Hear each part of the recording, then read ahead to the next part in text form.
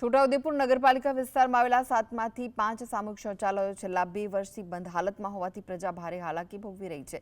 જર્જરિત શૌચાલયો પર માત્ર રંગરોગાન કરીને લાખોનો ખર્ચ કર્યા બાદ હવે પાલિકા તંત્ર ₹28 લાખના ખર્ચે રિનોવેશનનું ટેન્ડર બહાર પાડવાની તૈયારી કરી રહ્યું છે।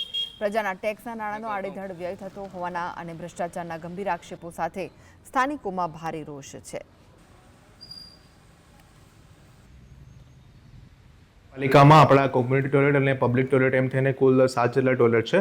એમાંથી આપણા મવડી ફળિયાવાળા અને મહિલા પુરુષ સંવાળા બંને કાર્યરત છે, જ્યારે બાકીના 5 બંધ હાલતમાં છે। પરંતુ નગરપાલિકા દ્વારા ટેન્ડર બહાર પાડી દીધું છે અને 1-2 દિવસમાં વર્ક ઓર્ડર પણ આપી દેવામાં આવશે અને 28 લાખના ખર્ચે બધા જ ટોયલેટનું રિનોવેશન પણ કરી દેવામાં આવશે। કેટલા સમયથી બંધ? સદર ટોયલેટો છેલ્લા 1 થી 2 વર્ષથી બંધ હતા। માત્ર 2 જ ટોયલેટો કાર્યરત હતા, પરંતુ નગરપાલિકા દ્વારા ભૂતકાળમાં પણ જાળવણી કરવામાં આવી છે, પરંતુ આ વખતે એજન્સીને આપી અને સારી રીતે નિભાવણીની કાર્યવાહી કરવામાં આવશે। શહેરમાં 7 જેટલી જગ્યા શૌચાલયો છે અને 7માંથી લગભગ બધા જ બંધ હાલતમાં છે, છતાં પણ એને કલર કરીને સફેદ બતાવવામાં આવે છે, પણ એ બધા બંધ છે।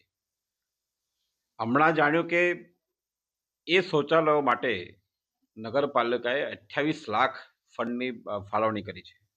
હકીકતમાં આ ફંડ જે છે એ કોઈ એજન્સી મારફત કોઈ ભાજપના નેતા પોતાના ખિસ્સામાં નાખવા માંગે છે, કારણ કે આ એક ઘટના નથી।